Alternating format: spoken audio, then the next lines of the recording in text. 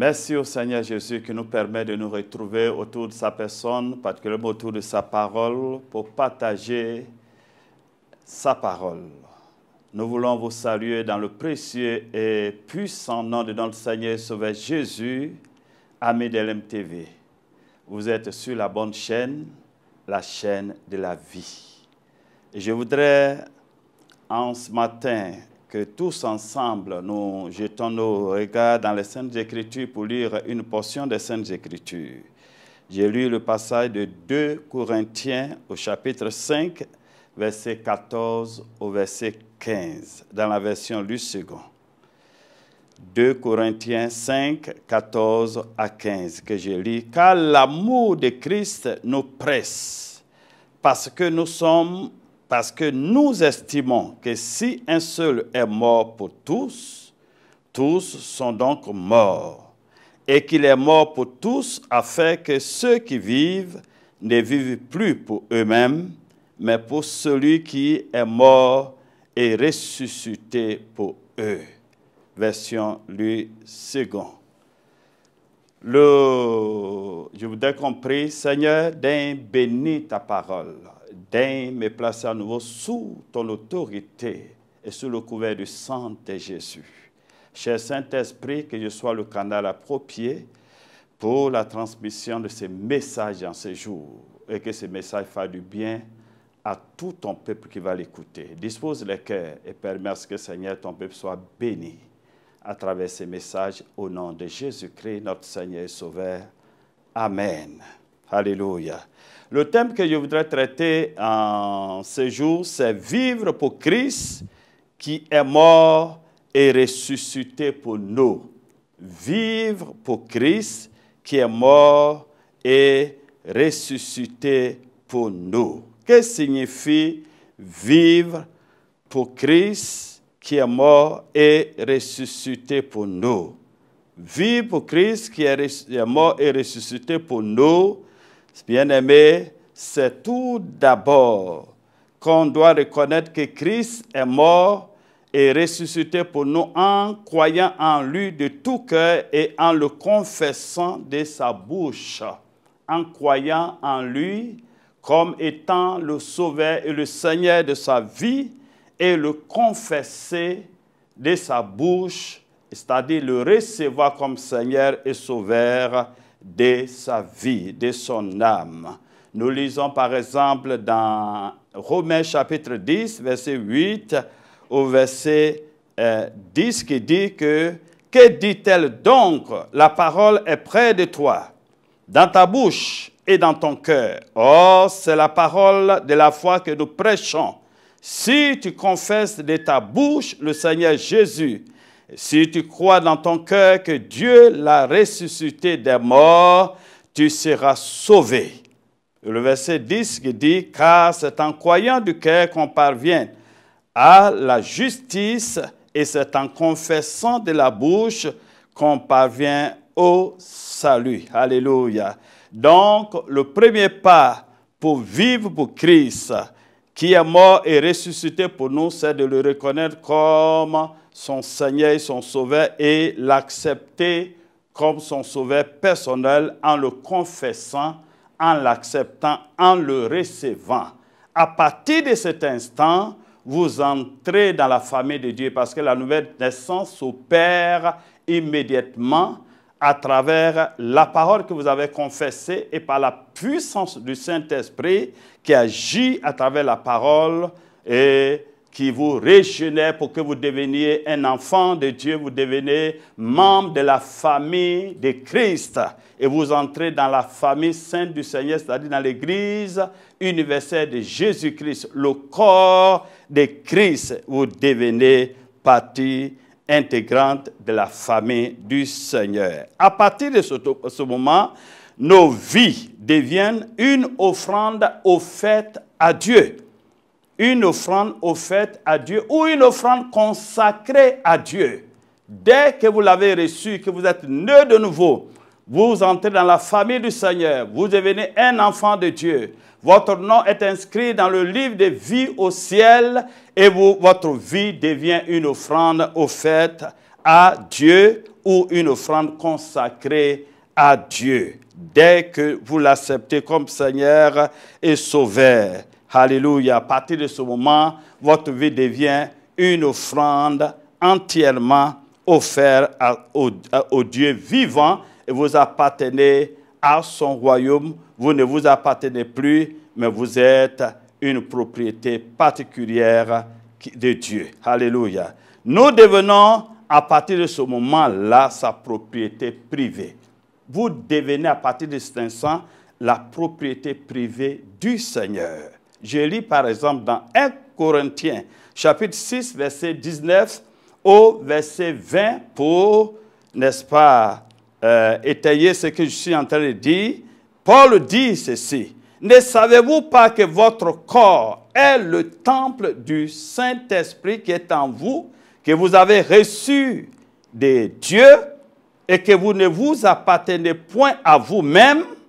Verset 20 maintenant. Car vous avez été rachetés à un grand prix. Glorifiez donc Dieu dans votre corps et dans votre esprit qui appartiennent à Dieu. Alléluia. À partir de cet instant, vous devenez la propriété privée du Seigneur. Votre corps, votre vie ne vous appartiennent plus. Notre vie devient désormais une vie consacrée à Christ. Une vie consacrée à Christ. Une vie dédiée au Seigneur. Une vie dédiée à la cause du Seigneur. Une vie dédiée à la gloire du Seigneur. Il y a certaines versions, par exemple, qui traduisent le mot consacré par le mot consécration, par le fait de recevoir un saint service. Être consacré à Dieu, c'est recevoir un saint service. Recevoir le saint service signifie recevoir le ministère du service de Dieu. C'est un saint service que vous recevez.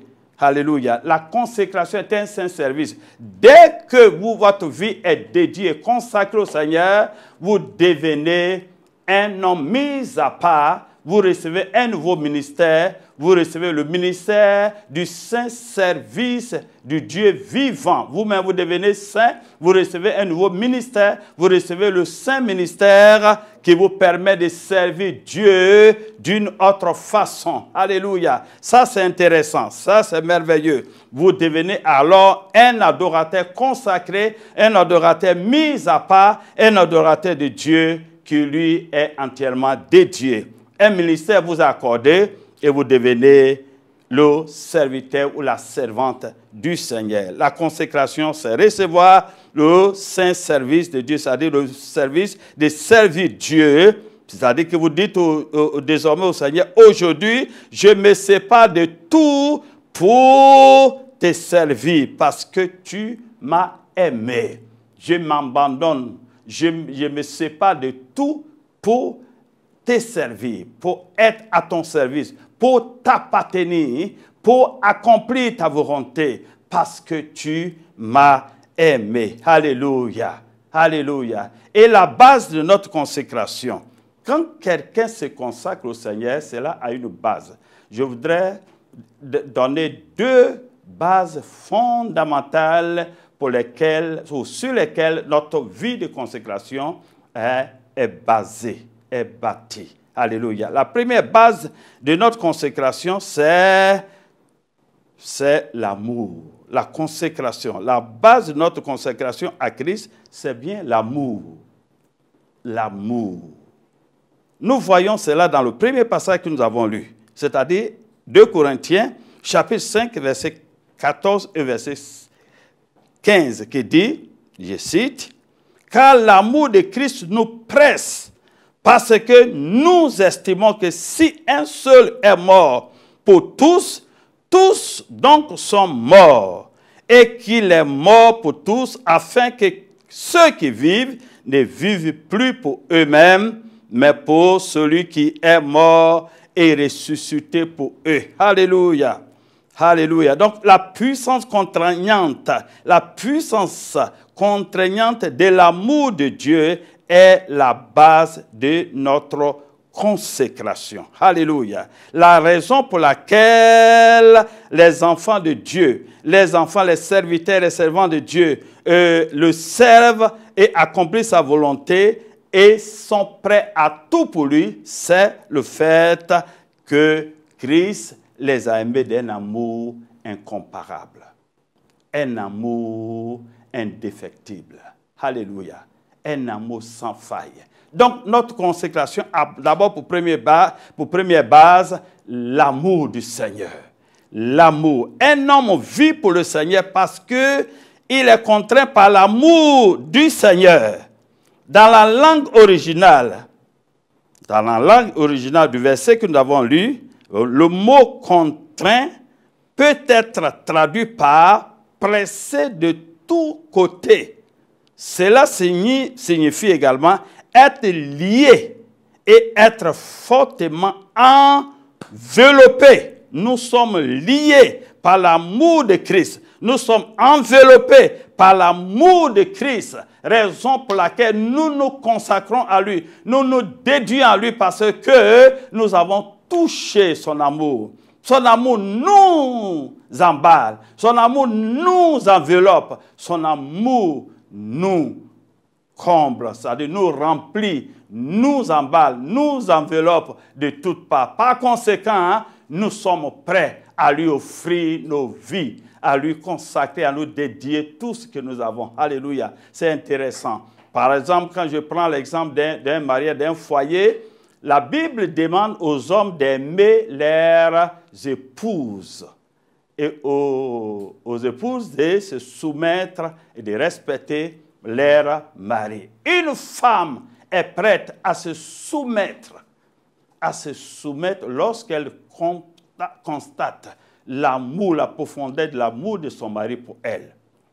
C'est selon la dimension de l'amour de l'homme pour sa femme qui l'amène à se dédier davantage, à s'offrir davantage, à être prêt à servir son mari sans se fatiguer, à se mettre au service de son mari sans se fatiguer, parce qu'elle sait que cet homme l'aime profondément. Plus vous aimez votre épouse, plus elle se dédiera à vous servir. Elle se consacrera à votre service. Elle se soumettra à vous.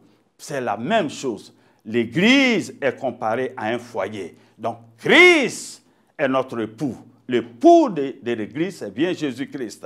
Christ a aimé son époux et a offert sa vie pour sauver cet époux-là. Alléluia. Et lorsque l'époux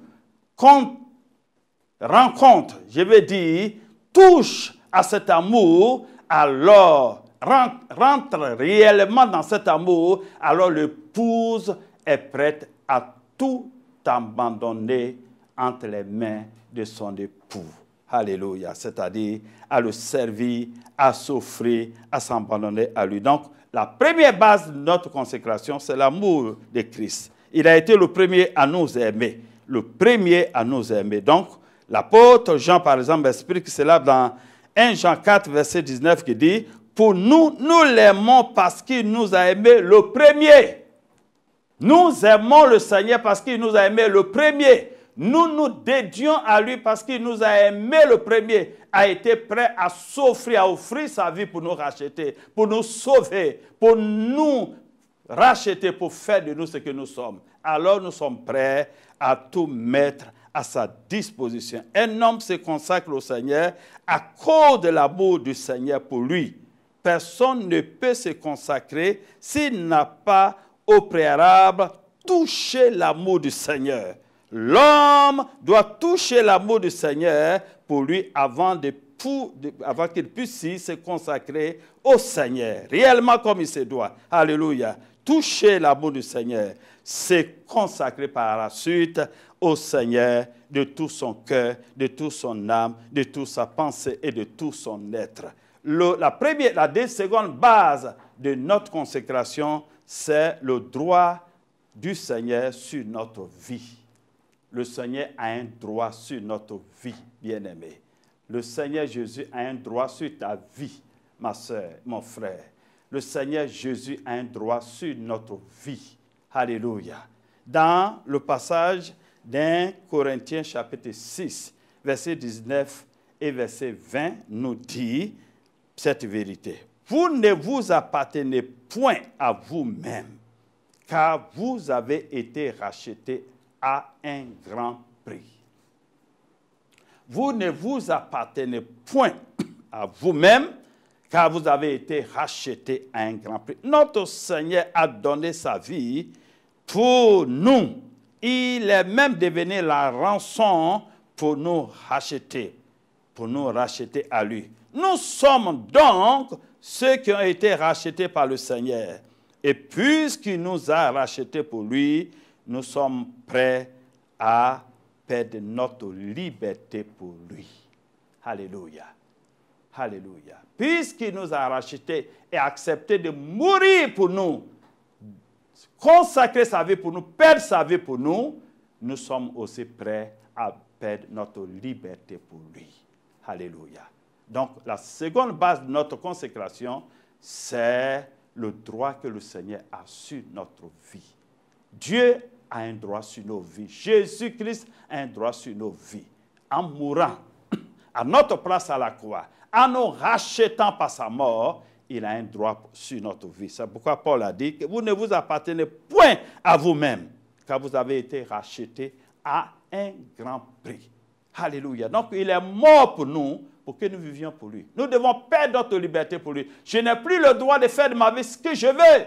Tu n'as plus le droit de faire de ta vie ce que tu veux. En cette année nouvelle, durant toute cette année, le message que le Seigneur, l'un des messages bien sûr que le Seigneur veut que nous transmettons, c'est que son peuple vive pour lui. Son peuple vive pour sa gloire. Dieu a besoin d'hommes et de femmes qui vont vivre pour lui, qui vont se dédier entièrement à lui et à sa cause, pour la cause de son royaume. C'est vraiment important. Nous devons perdre notre liberté pour lui. Je n'ai plus le droit de faire de ma vie ce que je veux. Tu n'as plus le droit de faire de ta vie ce que tu veux, parce que quelqu'un a sacrifié sa vie pour te racheter, pour que tu ne vives pas comme bon te semble. Jésus-Christ l'a fait. Tu dois perdre ta liberté pour lui. C'est le droit qu'il a sur ta vie. Vis pour lui en cette année et tu verras sa gloire. Alléluia.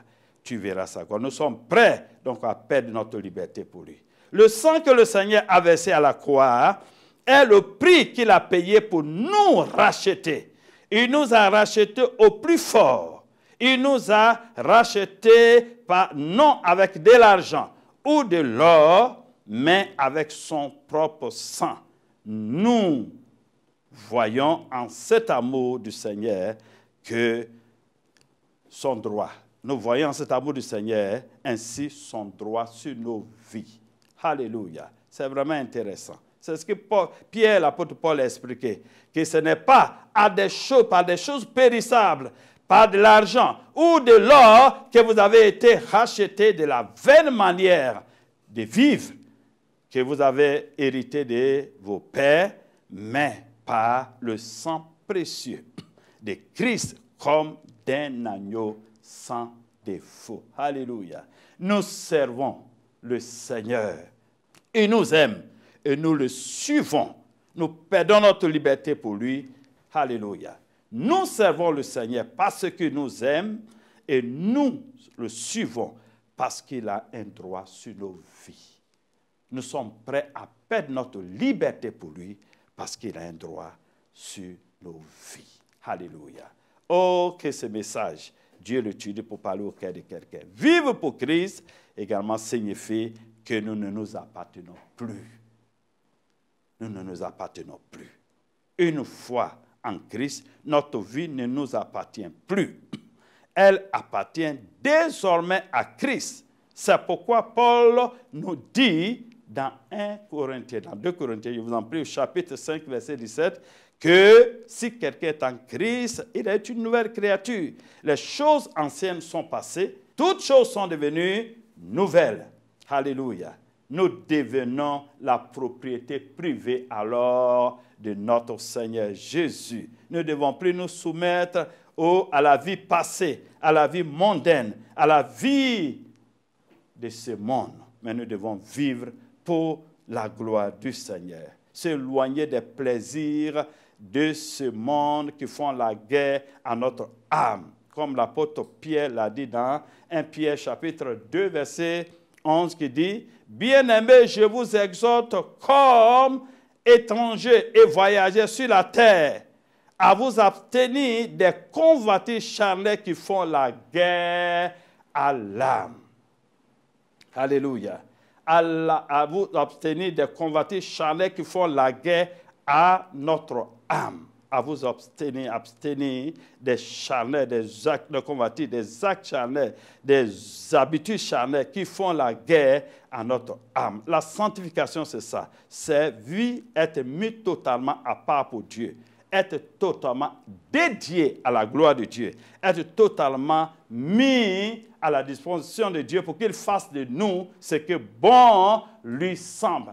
Tout en nous éloignant de tout ce qui est charnel, tout en nous éloignant de toutes les convoitises de la chair. Par exemple, ce que l'apôtre Paul nous dit dans Galates chapitre 5, à partir du verset 19, que nous connaissons, les œuvres de la chair, que nous connaissons tous, une liste des œuvres de la chair. Et l'apôtre Paul dit ceci, ce sont les pudicités, l'impureté, la dissolution, l'idolâtrie, la magie, les inimitiés, les querelles, la jalousie, les animosités, les disputes, les divisions, les sectes, l'envie, l'ivrognerie et les excès des tables. Le chrétien consacré à Dieu, le chrétien dédié à Dieu, le chrétien qui vit pour le Seigneur doit se débarrasser de ses habitudes afin de vivre une vie qui honore le Seigneur, une vie qui glorifie le Seigneur, en mettant une séparation avec le monde, avec les œuvres de cette chair, avec l'envie, avec les convoitises, avec les œuvres en un mot de la chair.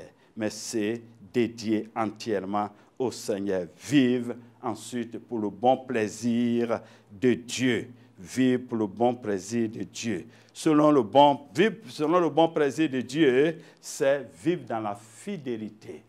Vivre dans la fidélité à la gloire du Seigneur. Vivre dans la fidélité. La vie de fidélité, la qualité de la vie d'un être fidèle, d'un homme fidèle, c'est quelqu'un qui a une vie entièrement dévouée, attachée à Dieu, qui est prêt à tout. Il est fidèle et dévoué, il est zélé pour le Seigneur. Il ne trahit jamais son engagement qu'il a pris de suivre le Seigneur. Il ne trahit jamais l'engagement qu'il a pris de pouvoir adorer Dieu, de pouvoir demeurer fidèle au Seigneur. Il y a beaucoup qui rompent leur engagement en mi-chemin, mais le chrétien fidèle est celui-là qui s'attache au Seigneur et qui demeure toute sa vie. Il ne trahit pas son engagement. Il est dévoué, il est intègre, il est fidèle. Alléluia. Et il est prêt à même mourir pour la gloire du Seigneur, si cela est possible. Il est prêt même à mourir pour la gloire du Seigneur, si cela est possible. Son intégrité est sans faille. Son honnêteté est sans faille. Il est incorruptible. Il est incorruptible. Tout le monde peut se corrompre, mais lui, il demeure incorruptible. Alléluia. Le converti en Christ ne vit plus pour lui-même.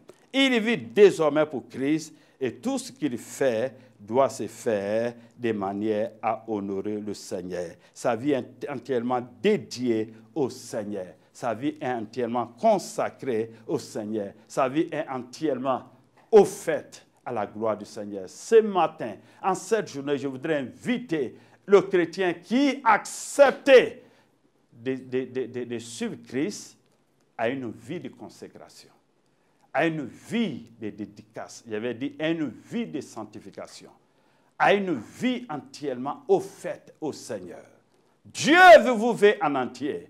Et Dieu veut qu'en cette année 2023, vous puissiez dédier votre vie à lui. Vivre pour celui qui est mort et ressuscité pour nous. Vivre pour Jésus qui est mort et ressuscité pour nous. C'est ce que Dieu attend de nous en cette année. Notre Seigneur Jésus revient bientôt. Demeurons donc en lui. Vivons pour lui. Alléluia. Et vivons par lui. C'est en cela, bien-aimé, que sa puissance et la puissance qu'il a ressuscité des morts agira en notre faveur. Alléluia. La puissance qu'il a ramenée de la mort à la vie agira à notre faveur lorsque nous allons vivre pour lui, lorsque nous allons marcher pour lui, et nous allons vivre par lui, et lui obéit entièrement. Alors sa puissance, la puissance qu'il a ramenée d'entre les morts, agira à travers nous. À partir de ce moment, aucune œuvre de l'ennemi ne pourra nous résister. Alléluia. Aucune puissance des démons ne pourra nous résister. Aucune force des mystiques ne pourra nous résister. Aucun démon n'aura de pouvoir sur toi. Parce qu'il est écrit que toute âme forgée contre toi sera sans effet. Alléluia. Toute langue qui s'élèvera en justice contre toi sera sans effet. Tu seras condamné. Toute âme forgée contre toi sera sans effet. Et toute langue qui s'élève en justice contre toi la condamnera. Ceci est le droit des enfants de Dieu, des serviteurs de Dieu. Alléluia. Si nous vivons pour le Seigneur et que nous sommes entièrement dédiés à lui, sa force nous accompagne. La puissance de sa résurrection nous accompagne. La puissance qu'il a ressuscité nous accompagne. Demeurera en nous et nous accompagnera, nous préservera de tout mal. Alors la victoire sera pour nous partout et en tout lieu. En cette année 2023, que cette puissance qu'il a ressuscité d'entre les morts puisse nous accompagner. Et pour cela, il faut que nous prenions l'engagement en ces jours de vivre pour celui qui est mort et ressuscité pour nous. Et nous verrons sa gloire. Au nom de Jésus-Christ, notre Seigneur et Sauveur. Que le Seigneur vous bénisse pendant que vous vous dédiez à lui entièrement. Pendant que vous prenez un nouvel engagement pour lui. Pendant que vous prenez l'engagement de le servir dans la fidélité, dans l'intégrité, dans l'honnêteté et avec zèle jusqu'à la fin. Nous prions ensemble. Nous voulons te bénir, notre Père et notre Dieu, pour ce temps passé dans ta présence. Je prie que ce message, tu l'étudies pour parler à nos cœurs et qu'elle apporte une transformation dans la vie, Seigneur, de quelqu'un. Et que tu l'utilises également pour fortifier la foi de quelqu'un. Pour aider, Seigneur, tes enfants à mieux se dédier à toi, à mieux vivre pour toi, parce que ceux qui vivent pour toi et avec toi ont un meilleur avenir, mais sont aussi en lieu sûr et en sécurité. Ta puissance qui t'a ressuscité, la puissance qui t'a ressuscité, les accompagne. Et cette puissance va nous préserver de tout mal. Quoi qu'il arrive, nous serons en lieu sûr et en sécurité. Bénis ton peuple et bénis tous ceux qui ont écouté ce message et qui vont l'écouter dans la suite du temps, au nom puissant de Jésus-Christ, notre Seigneur et Sauveur. Amen. Merci.